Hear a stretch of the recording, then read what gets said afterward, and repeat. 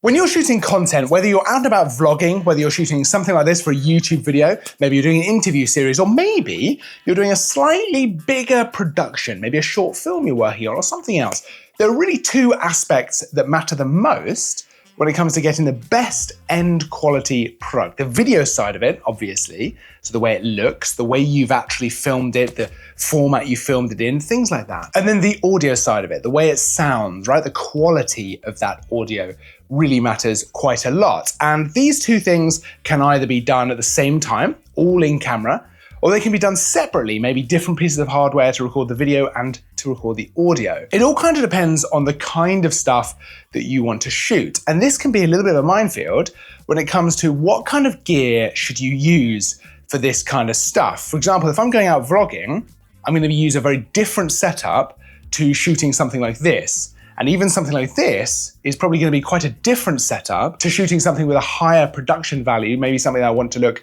a little bit more cinematic.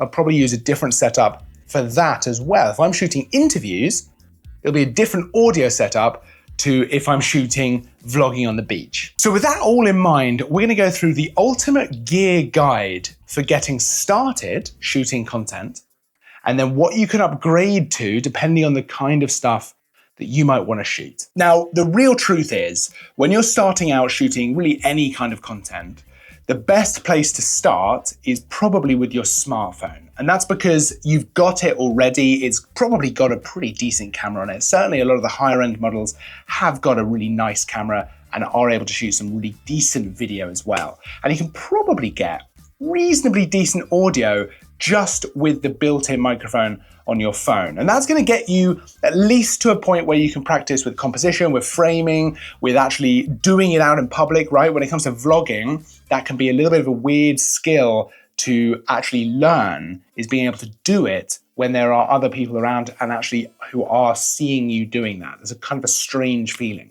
So this is a good way to just immediately start doing it. There's no barrier to entry because you already have the phone probably in your pocket.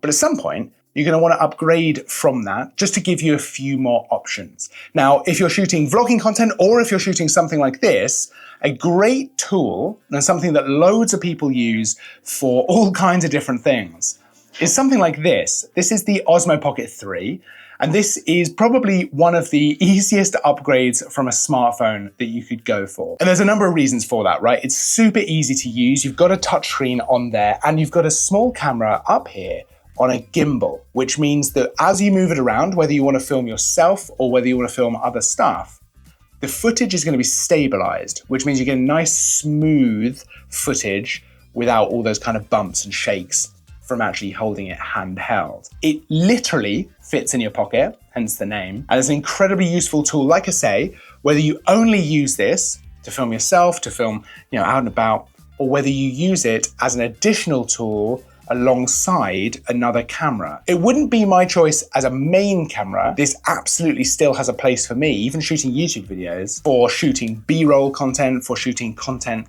while I'm maybe at an event or out and about without having to set up something much bigger, like a camera on a bigger gimbal. This is so easy. And because it's right in my pocket, I can just carry it around with me without having to think too much about it. Now, past something like an Osmo Pocket 3, which like I say has a place, but for me wouldn't be a main setup kind of tool, there are lots of options for where you could start out. One, for example, is something like this. This is the Sony ZV-1 Mark II. And this is super handy because you've got lots of different options for the way you might want to shoot. This is perfectly capable of being taken out and about and actually doing some vlogging with it. It's going to be stabilized to a degree, so you've got some reasonably smooth footage. It's great for that kind of shooting. It's got a lens built in, so you don't have to think too much about kind of getting an additional lens. If you just want something that you can pick up, again, it's going to fit in your pocket and just start shooting.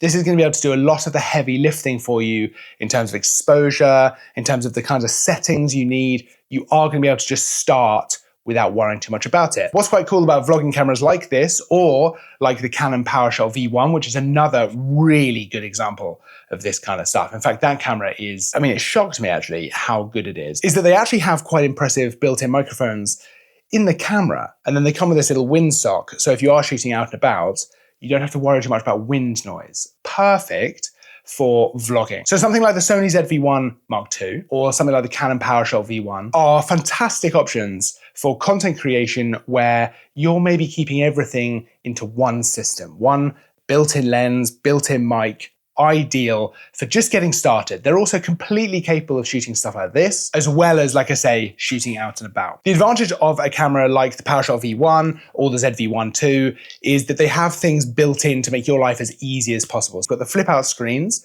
so you can see yourself as well while you're filming, which is fantastic. And you don't have to know too much about the technical side of it to be able to still get some really nice looking footage. But if you do want a little bit more control, maybe a little bit more versatility in the way your footage looks, the way you actually want to shoot, there is a step up that you can do from there. You might start to notice a limitation with cameras like this, or even the PowerShot V1, where you can't change that lens out, right? It's a built-in lens. It is a zoom lens, which is still really useful, but there's a slight limitation on not being able to use a different lens. And eventually, that might be something you want to upgrade the camera. For me, that's where we start talking about cameras like this. This is the Sony ZV-E10 Mark II. And this is very similar to those other cameras, the Canon PowerShot V1, the ZV-1 Mark II, but it has the ability to change the lens. So this is actually going to come off the camera, which means that you could put really any lens on here that you like, which is pretty cool and actually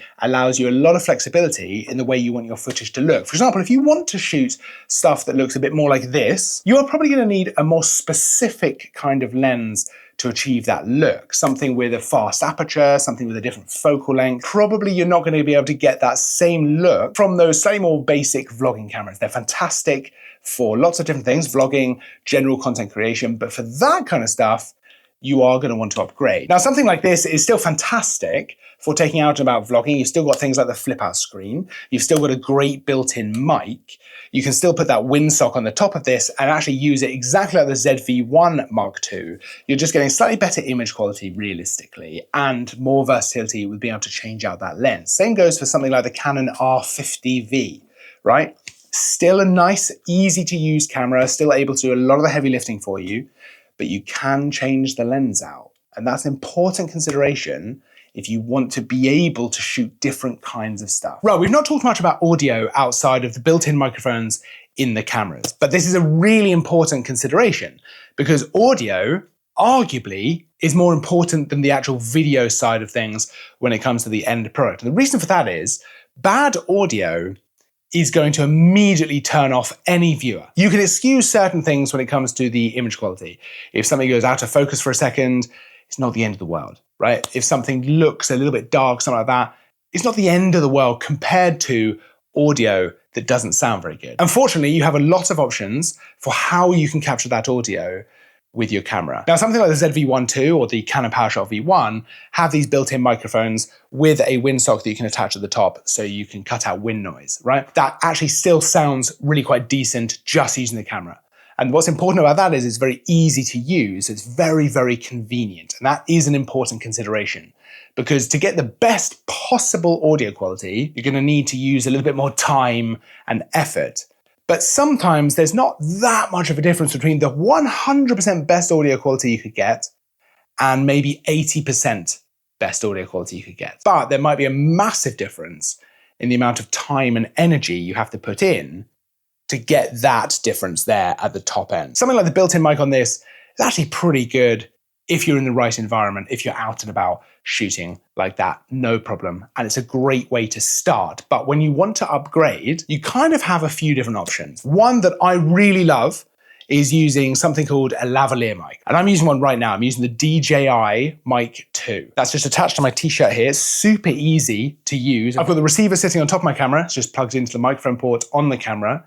And then I've got this, the microphone, actually attached to me. They're battery powered. I charge them up with USB-C. They're super easy to actually get going and start using. You can get lots of different versions of this kind of thing. Sony make lots of microphones, which is great.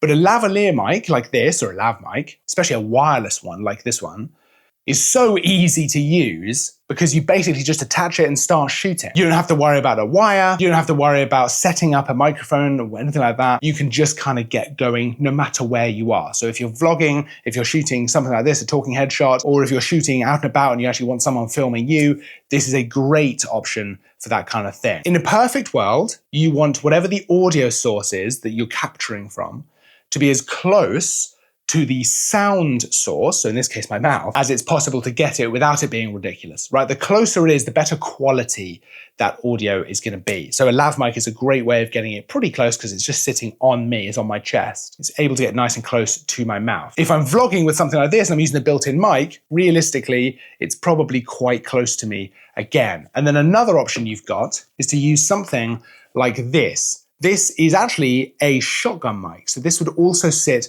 on the top of a camera. There's lots of different versions of this. This just happens to be the one I have to hand at the moment. This is a Rode, but there again are loads of different Sony mics as well that you can get that are great. They just sit on top of the camera, and that's a great run and gun method, right? So it's a little bit like having the mic on top of this camera, but just a little bit of a bigger setup and realistically better audio quality because it's a dedicated mic. Something like this is a very directional microphone.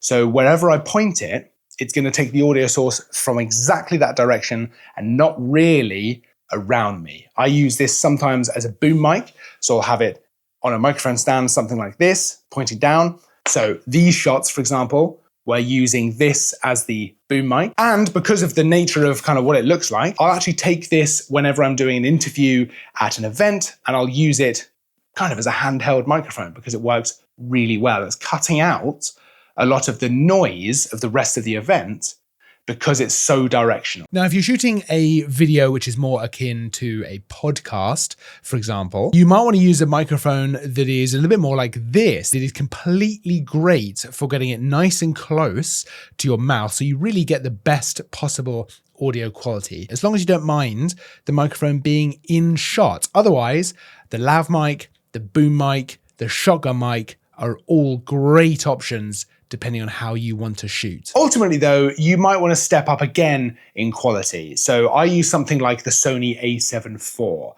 which is a lovely camera to use for photo and video, but I really enjoy shooting a lot of video content like this on this camera. It's a full frame camera, which means that the sensor is a particular size inside, and I get the choice of all kinds of different lenses to use with that camera. The main lens that I'll use pretty much every day is the 24-70 f2.8. That means I can get all kinds of different looking shots with just that one lens. I can zoom in, I can use a fast aperture to blur the background a bit, which can give me cinematic footage, but I can also shoot stuff like this. I can shoot out and about. I'm realistically not going to vlog on it so much. I could if I used a wider lens, and I have that option.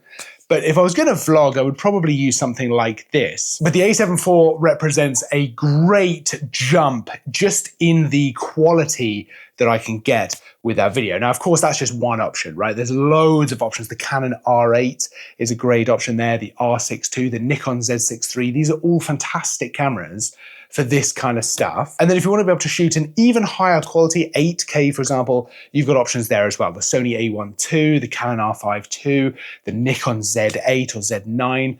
Those are all fantastic options for great video systems that are going to be able to give you some fantastic results as well. And once you've settled on the camera, the audio setup, it really comes down to things like composition, framing, and lighting. Now, I love using natural light, as you can probably tell from this video.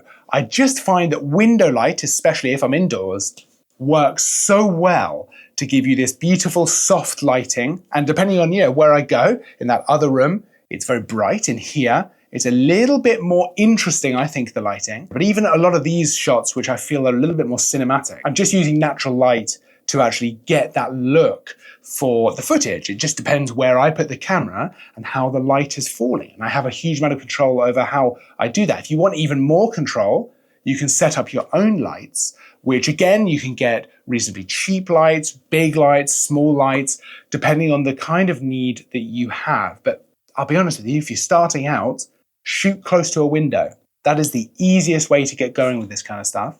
If you shoot outside, obviously you're going to be using natural light. If it's very, very bright, You might want to shoot in the forest, under some trees, somewhere where there's a little bit of shade, a little bit of dappled light, just to kind of mask a little bit of that harshness from the sun. If it's a little bit later in the day, maybe you can just be out in the sun because it's a little bit softer, a little bit easier to deal with. There's quite a lot we've covered there, to be honest with you, a huge amount. But if there's something that you think we've missed, I'd love to hear it down in the comments, because there's loads of ways to shoot content, right? Especially when it comes to video, whether it's vlogging, YouTube stuff, all kinds of things. Let me know in the comments if there's something that you think that I've fundamentally missed out, because it's always interesting to get some other perspectives. Otherwise, you can check out all of this kit and loads more over at pilecameras.com. I'll put links down in the description so you can go and check out each individual thing we've been talking about more specifically. Don't forget to like, subscribe as well, because there's new stuff coming all the time. I will, of course, see you in the next video. But until then, as always, thanks for watching.